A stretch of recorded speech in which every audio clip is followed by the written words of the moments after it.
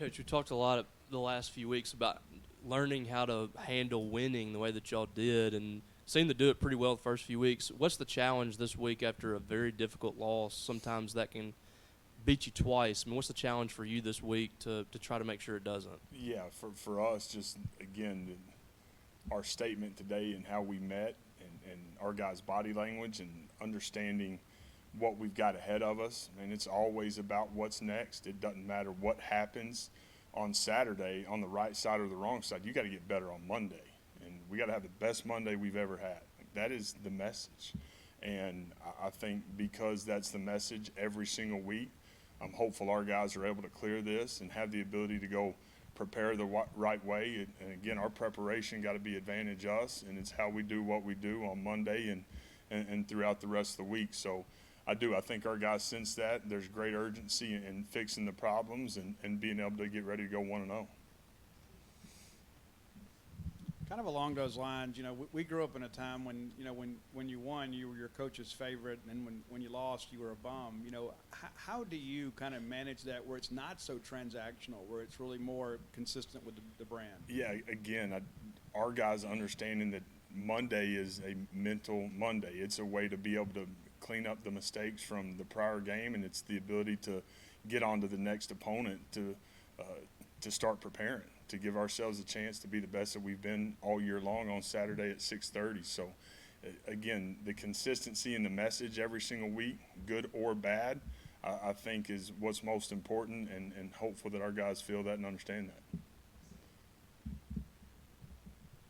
Could Kamario Taylor possibly start seeing some more time or just involvement in the offense? Yeah, I think for us as we move forward, Kamario is still going to have the packages that he has as we get into it, but that'll all be dictated on how the game's played and what situations we're in. Coach, he probably hadn't been a surprise to you, but the fans, DJ Reed's kind of been a surprise on the defensive line so far this year. When you're evaluating guys in the transfer portal and you have somebody like DJ that didn't play much at Auburn at all, what's kind of the pathway there? What's kind of the evaluation process when you look at a guy like that? So we've got some people in the building over there where he came from that we've got great familiarity with and have worked with, and there's a really good relationship with and trust opinions. That's helpful through this whole portal thing. And being able to get somebody on the phone, man, that you've worked next to and you understand who he is every day and how he can sign off on a kid, that's incredibly helpful. So we felt really good about DJ's ability. There's got to be this great maturity from him. He's continued to mature the right way. Man, he's affecting the game. I just got through talking to him about wanting more. This kid is really talented, but, man, want more and more and more, and proud of how he's doing what he's doing right now.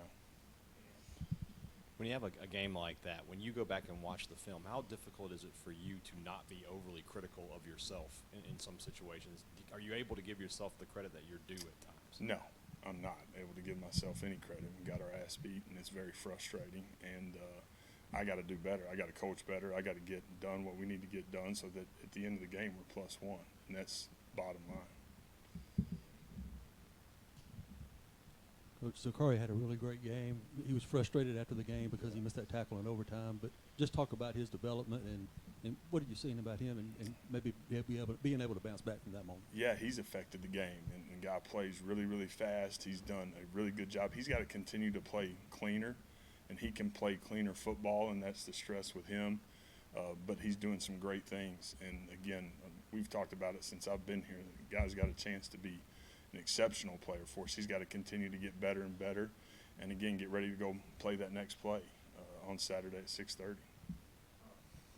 Coach, we saw a lot of guys go down with injuries during the game. What can you say about the guys that stepped in and filled that role and played, I guess, the rest of the game? Yeah, we had guys again that did some really good things that got in the game. You've heard me say this a ton. Regardless of who is in the game, the expectation is to be able to go execute at a really high level. Some of the guys were able to get that done, and some were not. And for us, we've got to get healthy while getting better, and that's a huge strength for us this week.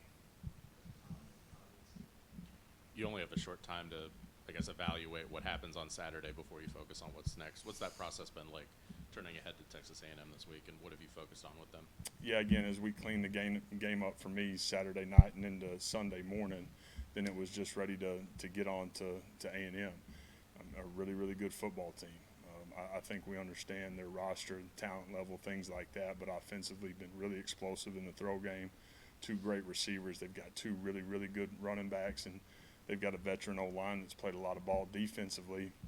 There's some similarities from the standpoint that they've created a bunch of sacks, and that's going to be a huge point of emphasis again for us this week. We've got to find ways to protect, keep two upright, and give him a chance to pitch and catch. I know you'll have a more detailed injury report, but is there anything to report yet on the guys that went out, like Albert and Brennan and some of those guys? There's not. We'll let the Wednesday report do the talking. When you look back at the game, too, and the pressure they were able to get on Blake, if Albert is out, what's your confidence level in those tackles being able to get it done in the SEC? We're going to look at a couple of different things. Hopefully Albert's, going to be back. That's the hope, obviously. But have a couple of different options to be able to go roll guys and make sure we got the best five on the field. Pretty loud defensive performance from A&M last week. I think 176 yards, 0-11 on third downs, 0-2. 0-13. Yeah. So when you start looking at that aspect, that when a team has kind of like that coming out party, does it change kind of how you do things, or what are your thoughts about what they did? Nah, they were dominant situationally, and ultimately why they won the football game without a doubt on third and fourth down, and then them again applying pressure and being able to get to the QB. So we've got to counteract that. We've got to make sure we're doing a great job of getting the ball out of Tu's hands and then giving those big boys a little bit of help when they need it, whatever that looks like. That looks like a lot of different things, but it is. I mentioned it, and going to be a huge point of emphasis for us. With Mario Craver being one of the receivers who transferred out, and you guys just had to replace a lot in that room, how would you just assess how that's gone so far in the production you've had at the wide receiver position? Yeah, I think our wide receiver room is, again, have talked a lot about it, in a really good spot. We've had good production. The room is in a great place, and really like where we're at and where we're going. Coach, last year we saw some flashes from Zakari, and kind of saw it early this year too. But on Saturday, it seemed like it all clicked for him, and he was making big plays throughout the whole game. What did you see from him, and is there any rhyme or reason why it just starts to click with guys? Yeah, I think he is. It's been the last couple of weeks, and mentioned it a minute ago. He's got to continue to play cleaner, but he is incredibly active. We know how athletic he is, and he's affecting the game. And he's got to continue to build on that. I think him and 11, as they're starting to roll with 11 coming on, I think that tandem there has got a chance to be really, really good for us. But again, proud of Zakari. Man, want Zakari to continue to get better and better, because the sky's the limit for him. One of the things that you said post-game the other day is you knew you were going to have a chance to win that ball game on Saturday night, and that wasn't always the case last year, I'm sure, for your team. I mean, how much growth have you seen in this team to be able to go toe-to-toe with a playoff team like that, be in position to win the game? I know it was heartbreaking for those guys, Yeah. but what kind of lessons did you learn from your team again this week? Yeah, there was a ton of growth. I told the guys today the thing that I was most proud of was, without a doubt, how things had gone from play 1 to play 87. Man, our guys continued to play and believed that we were winning the football game the entire time. And there was great energy. I thought we fought our butt off. Very disappointed and frustrated that we weren't able to make the plays to be +1 at the end of the game. And so, obviously proud of, again, our toughness, our effort, our physicality, but, man, making sure we're ready to go make the plays to go be +1 and be on the right side. Coach, you guys have been at home for about a month now, going to your first SEC road game of the year. I mean, Kyle Field, obviously, 100,000 plus people in there. What are you telling the guys about, the environment that they're going to go play in on Saturday night? Yeah, just got through talking to the travel squad, and I think the coolest thing about going on the road in this conference is we got 74 guys getting on the plane to go play in front of over 100,000 people.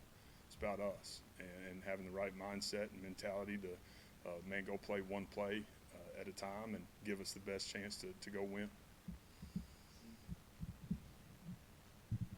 Your fans have turned out some incredible environments, and you had a lot of recruits on hand to kind of see the best of Mississippi State. How do you feel like maybe your message is being received, especially from some of those guys maybe early on that maybe passed on you, now giving you a second look? Yeah, guys have been incredibly positive, and that piece has been really good. I think my messaging with all of them has been Saturday, again, for us was about finding a way to win. And again, there's been a ton of positivity. We're in on some great ones as we go down the back stretch of this thing. But finding ways to win is all that's going to do is continue to help get the right guys in the boat. It's not anything that you can do about it, but you played 4 straight home games. Now you're not going to be back at home for basically a solid month. As a coach and the way you want to prepare your team, how does that affect you? Yeah, for us, obviously it's just one day, 1 week at a time, and understanding that, again, what we have on the backside of this is an open day. So, I mean, all in on Saturday at 6:30. Everything we can do and to go 1-0 on Saturday night in College Station is all that's on our mind. Then we're going to be able to reset. We'll be 6 games into the season. We've got an open date, and then obviously we'll go back on the road. But I think the timing of it is really pretty good.